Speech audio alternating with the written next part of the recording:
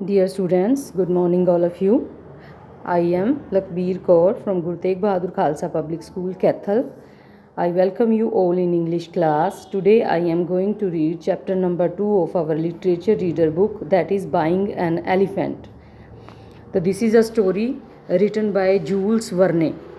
ये joules Verne के द्वारा लिखी हुई एक कहानी है जो कि उनकी नोवेल का एक एक्सट्रैक्ट है। उन्होंने एक नोवेल लिखी थी जिसका नाम था around the world in 80 days, और उस नोवेल में से ये छोटा सा जो है एक्सट्रैक्ट निकाला गया है।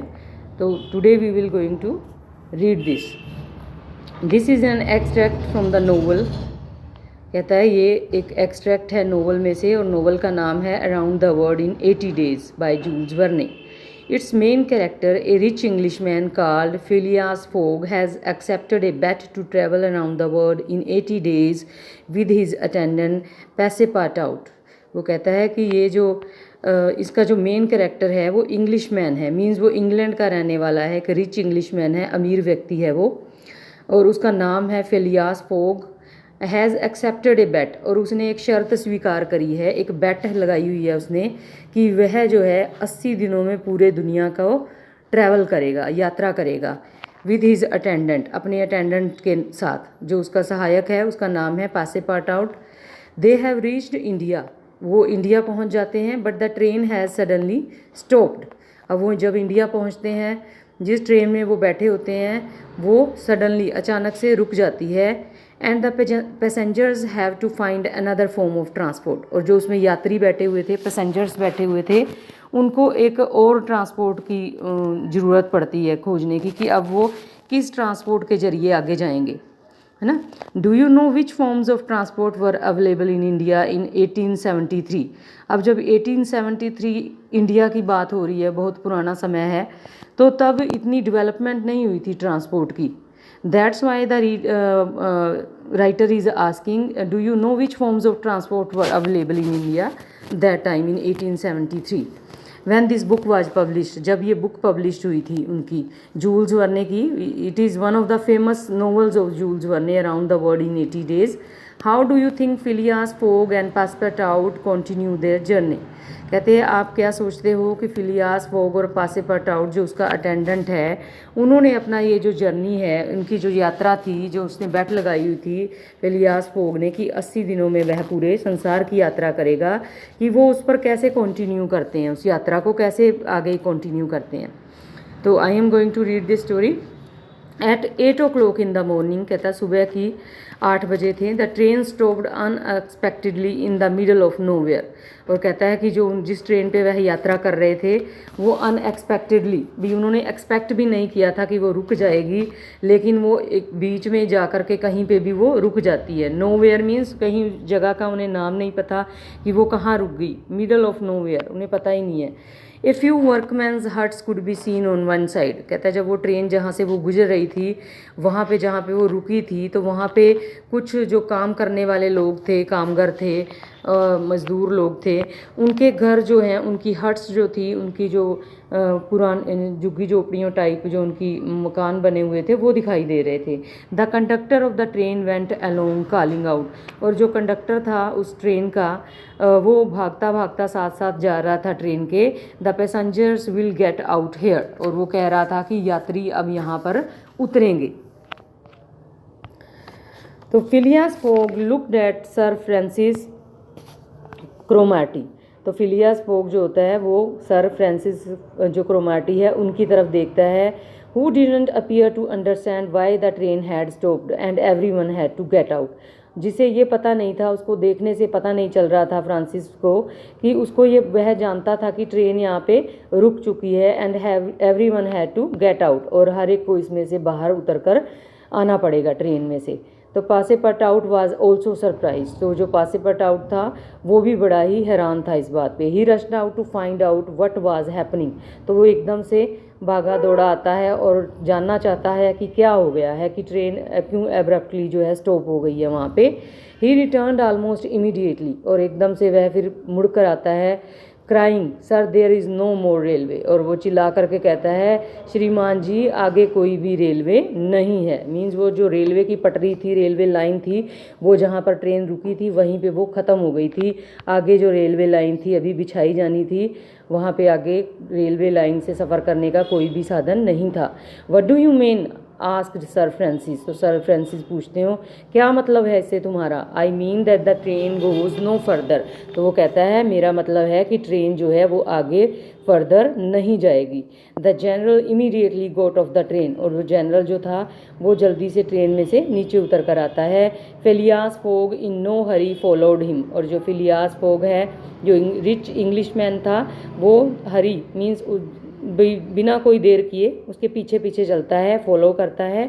Both spoke to the conductor. और वो दोनों जो है कंडक्टर के साथ बात करते हैं। वेयर आर वी, कहता है हम कहाँ हैं।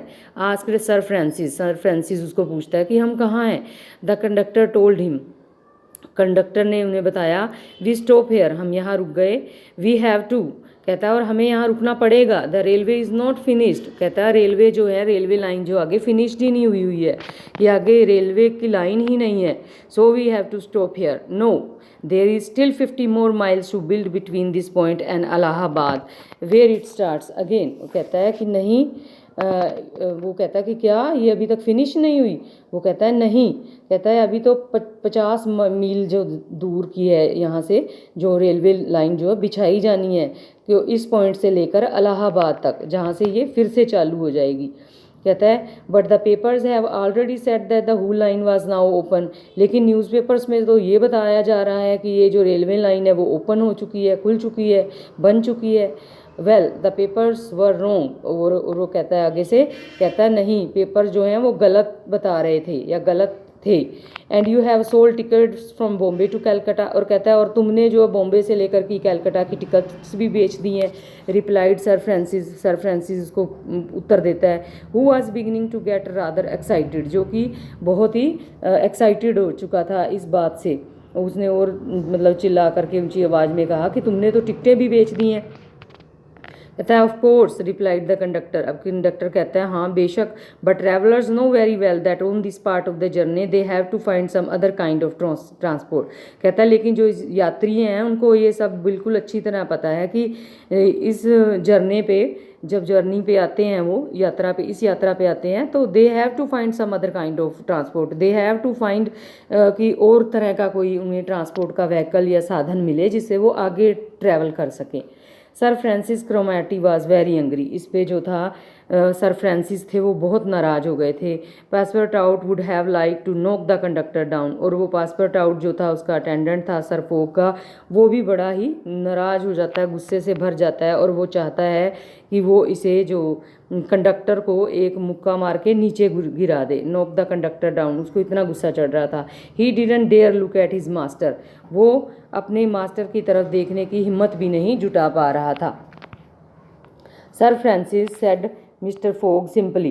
तो सर फ्रांसिस, मिस्टर फोग कहते हैं उसको, सर फ्रांसिस को, if you will be kind enough to find out what other kind of transport there is. तो वो कहता है कि सर क्या तुम और कोई तरीका ढूंढ सकते हो कि हम कैसे इसको ट्रैवल करके आगे जा सकते हैं। We will be able to continue our journey, क्या हम इस जर्नी को कंटिन्यू कर सकते हैं। Mr Fogg this delay will ruin you. तो मिस्टर फोग कह रहा है, मिस्टर फोग को वो कह रहा है कि मिस्टर फोग ये जो जर्नी आपने, जिस जर्नी पे आप निकल पड़े हो ना, ये आपको बर्बाद कर देगी। No sir Francis I was prepared for it. तो मिस्टर फोग कहता है कि नहीं, मैं इसके लिए तैयार हूँ बिल्कुल। What did you know that the railway, कहता है क्या आप जानते थे रेलवे के बारे में कि ऐसा होगा। नो ऑफ कोर्स नॉट, कहता है नहीं, बेशक से मुझे कुछ नहीं पता था। But I knew that something sooner और लेटर वुड डिले अस, कहता है लेकिन मुझे ये पता था कि देर सवेर ऐसा हो सकता है कि हम कहीं देर से पहुँचे, मुझे ये सब पता था, इसके लिए मैं ऑलरेडी से तैयार था। But don't forget I have already gain 2 days, कहता है कि ये नहीं भूलना चाहिए मेरे पास ऑलरेडी 2 दिन हैं अभी भी, which I can afford to lose, जो जिसको मैं खो भी जाऊँ तो कोई बात नहीं। वो कहता है कि a steamship leaves Calcutta for Hong Kong at noon on the 25th। कहता है कि एक स्टीमशिप है, एक जो जहाज़ है वो जाता है यहाँ से, कैलकाटा से लीव करता है हांगकांग के लिए eight noon on the 25th। कहता है 25 को, 25 तारीख को कैलकाटा से एक शिप रवाना होगी हांगकांग के लिए दोपहर को।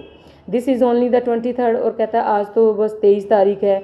And we shall arrive at Calcutta in time, और मुझे आशा है, आई होप कि मैं कैलकाटा पहुंच जाऊंगा टाइम पे, और वहाँ से मैं हांगकांग के लिए रवाना हो जाऊंगा। Nothing could be said in reply to such complete certainty, और कहता है कि इसमें कोई भी कुछ नहीं कह सका, इसमें किसी को भी कोई शक नहीं था। It was true that the finished part of the railway stopped at this point. कहता है कि यह बात सच थी कि जो रेलवे जो थी वहाँ पे उस पॉइंट पे वो स्टॉप्ड हो गई थी, ख़त्म हो गई थी। The newspapers are like some watches which are always running ahead of time. यहाँ पे वो न्यूज़पेपर्स को वॉचेस से कंपेयर कर रहा है। कहता कि न्यूज़पेपर्स भी उन घड़ियों की तरह हैं जो कई घड़ियाँ आगे की, जब हमने आगे का टाइम उस पर दिखाया होता है, कई बार हम अपनी घड़ियों को 5-10 मिनट आगे कर लेते हैं ना, तो कहता है कि ऐसे जो न्यूज़पेपर्स हैं वो भी उनको पता नहीं है सच्चाई का, लेकिन वो भी एडवांस में आगे चल रहे हैं। उन्होंने लिखा हुआ है कि हाँ रेलवे लाइन ओपन हो चुकी है। कहता है most of the passengers knew that the railway finished at this point. कहता है और बहुत से यात्रियों को ये जानते थे कि रेलवे जो है इस लाइन पे फिनिश हो चुकी है। They left the train and went and examined all sorts of vehicles in the village.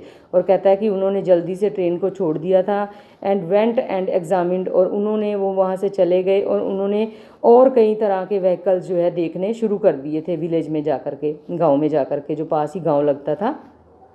Mister Fogg and Sir Francis search through the whole village. तो कहता है मिस्टर फोग और जो फ्रांसिस थे उन्होंने सारा गांव को जो है छान मारा कि उन्हें भी कोई एक अच्छा सा व्हीकल मिल जाए। They return to the train without having found anything. लेकिन उन्हें कोई भी व्हीकल आगे जाने के लिए नहीं मिला था। They didn't find any type of vehicle to continue their journey. I shall go on foot said Mister Fogg. Mister Fogg कहते हैं कि मैं तो पैदल ही चला जाऊंगा आगे। Mister Fogg buys an elephant. अब जो है मिस्टर फोग जो है वो एक एलिफेंट बाय करते हैं, एक जो है हाथी खरीद लेते हैं। तो Passepartout look down at his lovely slippers with a frown of dismay. अब जो वो घूम घूम के इतना जैसे खाक छानते हैं ना, एक घर से दूसरे घर या एक विलेज से दूसरे विलेज, वो बहुत घूम घूम के आते हैं दोनों, इन सर्च ऑफ, जैसे कि कोई व्हीकल उन्हें मिल जाए आगे के ट्रैवल के लिए। तो वो अपनी लवली स्लीपर्स जो उसने पैरों में डाले हुए थे उनको बड़ी ही निराशा के साथ नीचे की तरफ देखता है। फ्रोन ऑफ डिस्मे कि उसकी मतलब फ्रोन ऑफ डिस्मे हम अपने माथे पे फ्रोन कर लेते हैं ना निराश के साथ। It was lucky that he had also been hunting for something and hesitating a little he said, sir I think I have found something which might be suitable। तो वो आपस में वो कहता है कि सर मैंने सोचा है कि I have found something, कि मैंने कुछ ऐसा फाउंड कर लिया है कि जो हमारे लिए सूटेबल होगा। What? An elephant belonging to an Indian living 100 feet from here। वो कहता है क्या? वो कहता है कि एक एलिफेंट जो एक इंडियन ने रखा हुआ है, एक भारतीय के पास एक एलिफेंट है जो यहाँ से 100 फीट की दूरी पे है, 100 फीट दूरी पर है उसका घर, उसने जो एलिफेंट रखा हुआ है। तो कहता है कि an elephant, let us go and see the elephant replied mister fog. अब मिस्टर फोग कहता है चलो वहाँ चलते हैं और एलिफेंट को देख के आते हैं, हाथी को। 5 मिनट लेटर, वो 5 मिनट के बाद, Phileas Fogg, Sir Francis Cromarty and Passepartout arrived at the hut. और उसके बाद वो तीनों जने जो होते हैं, मिस्टर फोग और क्रोमेट्री और पासपेटाउट, वो उसकी हट पे आ जाते हैं उस आदमी की, where the Indian with the elephant lived, जहाँ पे वो आदमी जो है अपने एलिफेंट के साथ रहता था।